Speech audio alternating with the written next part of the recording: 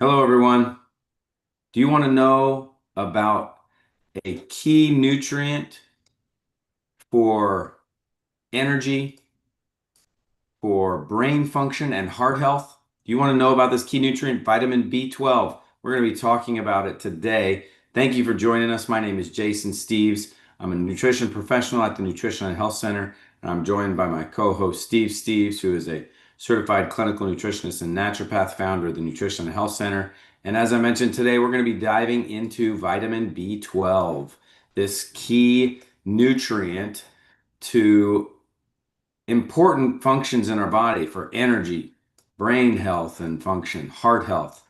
So stay tuned. We're going to be diving in. Thank you all for joining us. If you have not joined us before, we're trying to put out this information to help you prosper and be in health, to give you health information, nutrition information. We're a family own business here in the Houston area, and we want to help you. We've got a clinic called Nutrition and Health Center. We want to help you actually prosper and be in health because we actually went through it ourselves. Steve is actually my dad. He went through a very, very severe form of rheumatoid arthritis challenges in his 20s.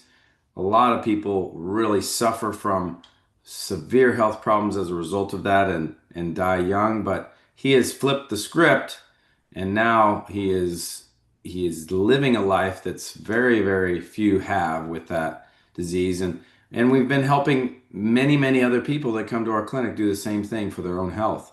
And we want that for you. So stay tuned. We're going to be talking about one component that you, Steve, have implemented, I've implemented, and a lot of our clients that we work with have implemented into their lifestyle and have really helped turn around their health.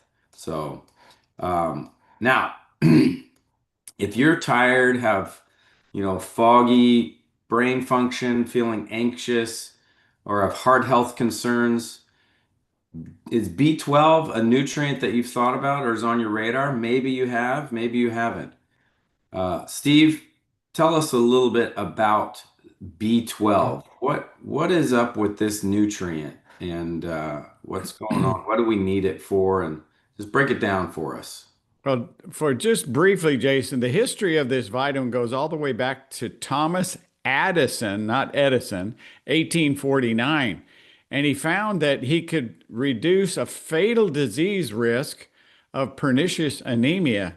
The discovery in 1926 found that consuming large amounts of B12 from liver, they found it was in liver extract, could cure this condition. And it led to a Nobel Prize and eventually the isolation of the nutrient in the 1840s to 1870s. So this in 1871, then further research by a German guy named Michael Biermer coined the term progressive pernicious anemia. So you can see how medicine is starting to grow in their knowledge and understanding. And then the liver cure that was in the 1920s by a famous kind of a natural driven doctor. His name was George Whipple, and George Minot and William Murphy. They were all involved with this discovery.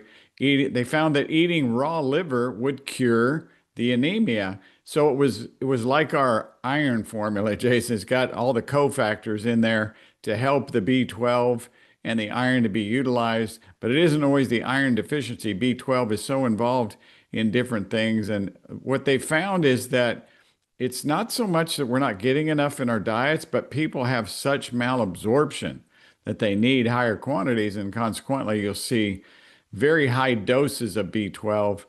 And some forms are safer than others. And we're going to talk about that. But it's not just an energy vitamin, it helps for DNA building and nerve repair. It's commonly deficient in ages over 40.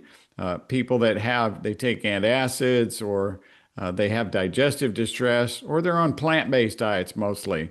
High stress lifestyles, they burn up their B12. It's a water soluble vitamin. It is a busy, busy vitamin, and it's called cobalamin, but there are different types. So it's cobalt combined with an alamine, and these nutrient combinations have different forms. Ours is a hydroxo form, the most metabolically active, has the longest, what they call half-life in the bloodstream. It's a water-soluble vitamin stored in our liver, acquires intrinsic factor for absorption. So the benefit here is this nutrient is a lozenge. Now, they gave B12 shots years ago because they knew people weren't absorbing, even back in the 1920s when they had all these discoveries of being able to isolate the vitamin. So we need to get it in regularly so that we don't have all these different things of fatigue and weakness and pale skin and anemias. And the nice thing is, Dr. Formulation we have is combined folate in a very healthy food form and B6, which are more common nerve deficient vitamins, and they work synergistically in a trio to create this miraculous energy building component for. I've even noticed, Jason, if I don't take it at lunch, after my lunch, I get kind of droopy in the afternoon. But if I just suck on one of those in the afternoon, remarkable afternoon energy metabolism. So uh, I know there's some things to talk about in this homocysteine issue. I don't know if folks have heard much about that, but this is an intermediate metabolite that can be measured in the bloodstream that is metabolized from methionine downstream to cysteine, from cysteine to methionine. And methionine is used for a number of things in the body. These are amino acids or proteins from food.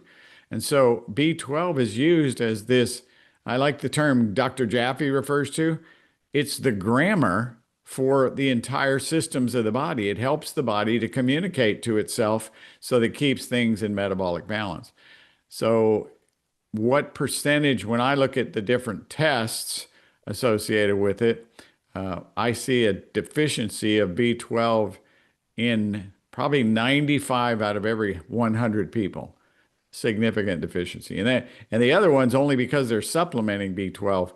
To see someone who is not supplementing B12 have adequate B12 in their markers, well, it's like a solar eclipse. You just don't see it very often. So the risk then is further when homocysteine builds up. And I met the guy who actually did the studies on this research and made it popular back in the 80s and 90s. Dr. I think Kilmer Sully was his name. He linked it to damaged blood vessels, increasing blood clot risk, raising the cardiovascular risk.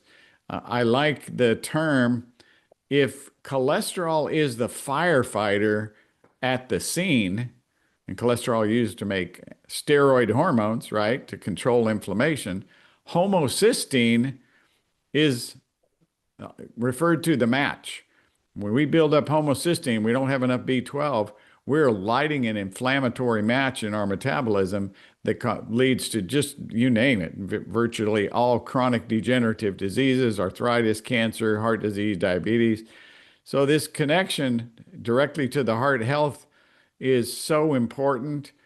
We need it for the production of myelin, that protective sheath around our nerves.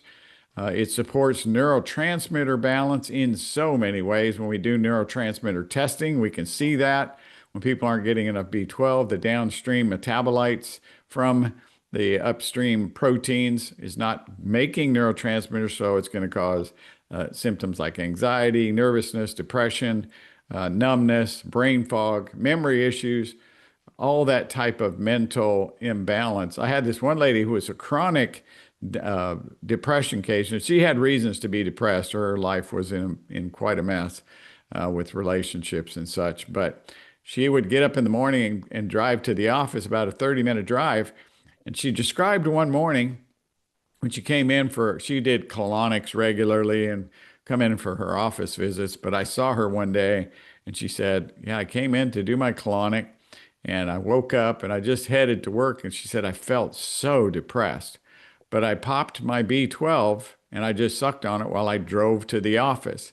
She said, by the time she got to the office, she said, I almost felt happy. She said, I went from this depressed feeling to a happy feeling. And she goes, something happened just sucking on that B12. She was shocked by the impact. So we know it affects the central nervous system profoundly. And I just take copious amounts. You can get it from sources like beef, wild caught fish, eggs, sardines, lamb.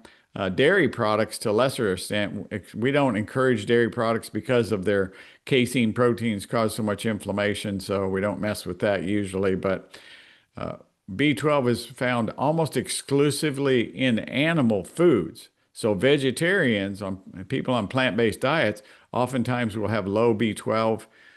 Soil depletion affects animals' nutrient density. Not having enough cobalt in our soils affect how our animals can utilize B12 into the muscle meat and into the liver. I take a liver extract on a regular basis. I encourage everyone to do that.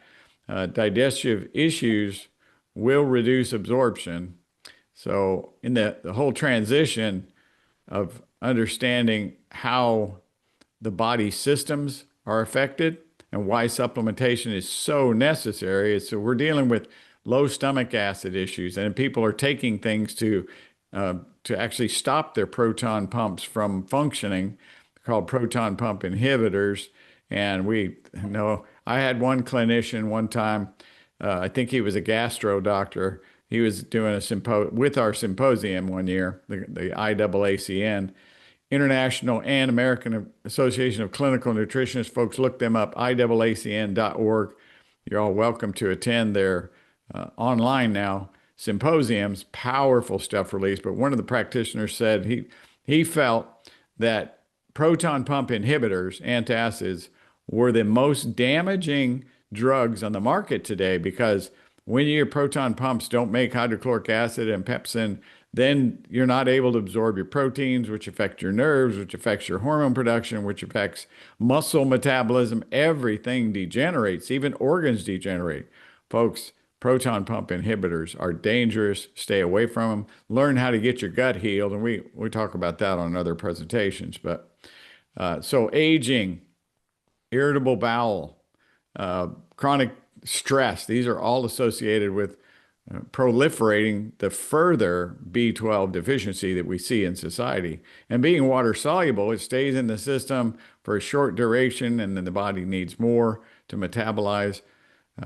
I think as we look at testing, intrinsic factor, we talked about that. It's something that the body uses a protein in the stomach cells. So you can imagine taking these antacids, what they're doing to the stomach lining, and this protein that allows for the absorption of the B12 in the small intestine then doesn't work well. And different blood types, like A blood types, are notorious for having chronic low production of these parietal cells. So they don't digest their B12 as well or their meat proteins. So B12 binds to dietary or parietal or the intrinsic factor will bind to the B12 in the stomach and allow it to be safely absorbed.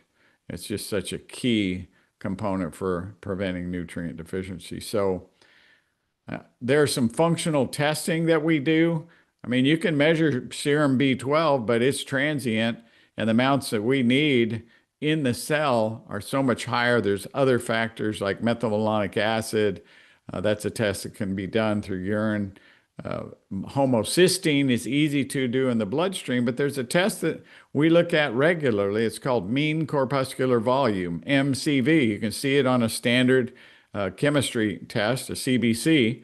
MCV shows the volume or size of the red blood cells.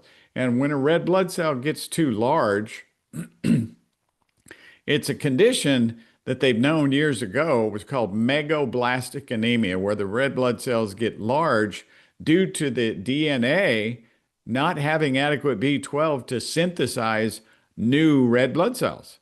So you see, and we see this under the live blood, Jason. So live blood analysis is a functional test. It can definitely see B12 deficiencies from multiple angles. When you look at white blood cells under the microscope, neutrophils will show hypersegmentation. They will also have, they'll be large in size themselves. When they're more than 2 times the size of a red blood cells, you're looking at more of this severe megablastic B12 deficiency. But the MCV levels optimally should be between 88 and 90, and I only see about 1 in 50 people there naturally. It just doesn't happen very often. So check back on our heart health webinar. We did more details there on the connection of B12 and other cofactors for cardiovascular health and really focus on functional movement, functional testing. This is where you're going to get answers to how you're really metabolizing your B12. But the doctors are doing serum B12 levels and telling you, oh, you've got too much B12 in your bloodstream. Wrong answer. We're not utilizing the B12 and getting it into tissue cells, the Krebs energy cycle, getting the methylation process working in the body because of other cofactors missing.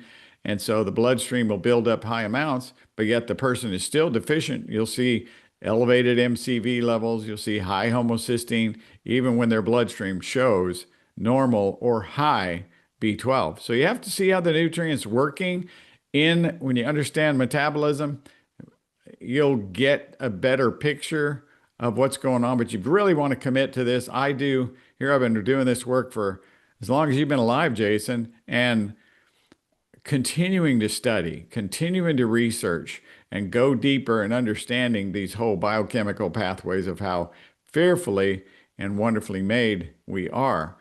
So, tell us a little bit, Jason, about the RB12. I know you are the clinical expert Yeah. on the formulation. You know and work directly under, it's one of your side jobs. You work under Dr. Jaffe. You know how this stuff is made to really work. Yeah. So B12, obviously, as you mentioned, Steve, and appreciate you sharing that. It is something that we can get from our food, but it's often deficient for multiple reasons. And I think you kind of went through some of those, not only deficient in our foods today because of the way that foods are made, way that the crops and the animals are treated and all of that, but then also our bodies being burdened. So that's where we come into the need for supplementation, getting a higher concentration of these nutrients in a supplement form. But the way the supplement is put together is very important because you can take a supplement that has B12 in it, but your body won't use it. That's the key. A lot of times, if you're going out there and you're getting supplements from us, Walmart or Walgreens or, buying it off of Amazon, you might be getting a B12 in the product, but it might not be getting into your body. Or it might be getting into your body in an imbalanced way. So you mentioned this already, Steve. We use with our B12 Max, we'd use the hydroxycobalamin form. Most of you may be aware of the methylcobalamin form. You heard about methylated B12 and these methylated nutrients. Well, our body actually does that. It methylates when you support it with the nutrients it needs. A lot of the information that's coming out today that's telling you to get methylated forms of nutrients is basically saying your body genetically is not able to methylate. But the issue is not that it's not able to, it's just weak. And when you support it with the right nutrients, your body is able to start doing it again, and you actually build good health for long term. There's a challenge with taking methylated, especially B12, other nutrients as well, but methylated nutrients can create an issue of overmethylating, creating an imbalance there where these basically free forms are binding onto toxic elements like, for example, mercury. You've probably heard the term methyl mercury. So methylated forms of nutrients and things will bind, excuse me, will bind to the mercury and make it harder for your body to remove it. And so that's an important thing you want to be aware of because people are starting to experience more and more health issues as a result of over methylating in their supplements.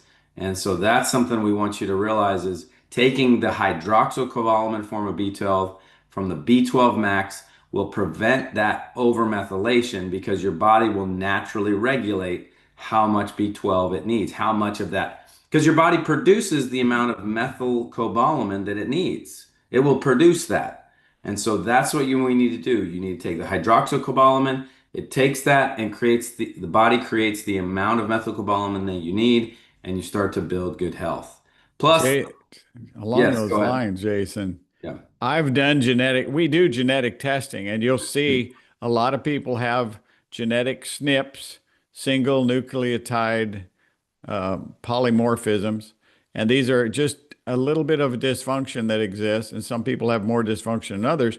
But there's so many methyl pathways that work in the body that everybody usually has some function there. So when we look at the 5 or 6 pathways that we can review genetically, it's even though you've been tested for that, folks, you can still methylate.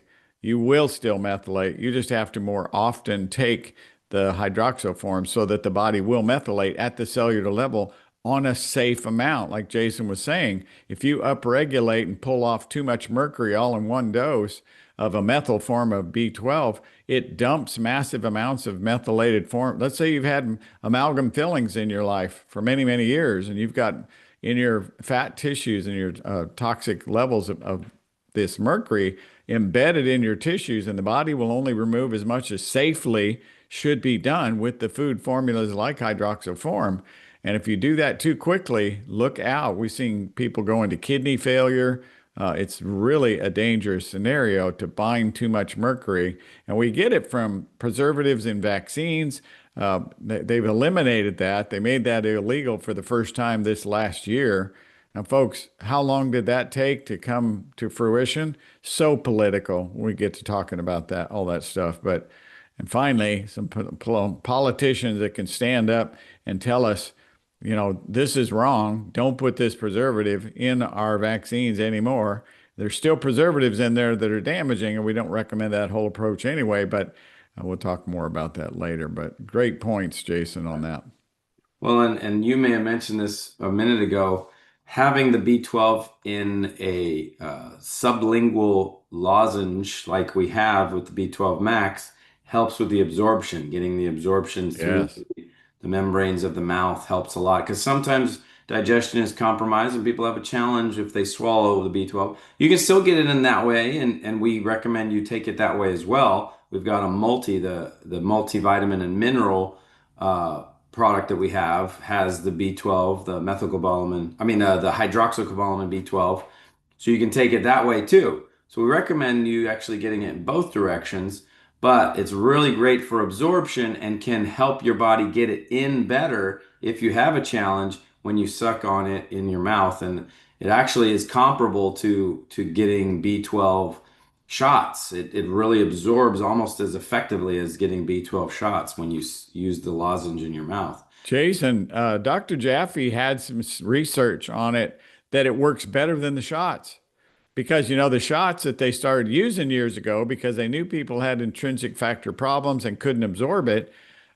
They were using cyanocobalamin, and you can get other forms as well, but the preservative interferes with absorption, and the mucous membranes somehow are doing a better uptake with the B12 Max that we use versus shots. So he's had a study to compare it to that. Amazing.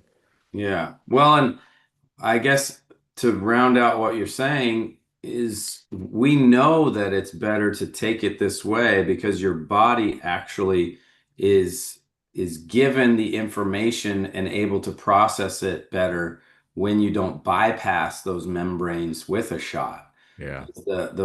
The innate intelligence that our body has to repair itself when it has the nutrients it needs, it needs to go through those processes of recognizing it with the different membranes that we have. So that's important to keep in mind. It may seem fanatical for us to say, don't get injections or shots. Do it more natural with supplementation and your diet. But it really is the best way for your body to repair itself. God's Yes. designed it that way. And We've so, done the studies, right? We've got a whole generation of, say 8 grandkids and you and your sisters and the impact that it's had in your life. And it's just people need to take a closer look at what their life has reaped as a result of believing in the over controlled chemical industry. Yeah, yeah, yeah. So if y'all have any additional questions about this, feel free to type them into the comments below this video or send us information. Send us your questions or comments or anything you need through to you can go to Prosper Nutrition's website or email us at info@prospernutrition.com. You can also contact us if you want to get more detailed testing and a personalized nutrition plan at Nutrition and Health Center. Our phone number is 281-440-0024. If you are a client and you're watching this video and you haven't gotten your testing updated recently, we definitely encourage you to do that. We've got a blood test coming up the first Tuesday in March. So get yourself in for that test. Call the office and get scheduled. We'll get you squared away and get your plan updated. But do you have any closing comments, Steve, that you want to share? Yeah, a couple of things here. We're not just chasing symptoms, and you don't want to do that. We're restoring repairability. The body only wants to repair. When your cells can build properly, your brain can think clearly, your heart can function properly, your body can repair. Everything changes when you give it the ability to do its natural repair process. We are fearfully and wonderfully made, folks. God bless you all. Thank you so much for watching. We look forward to seeing you next week on a new topic. Thank y'all.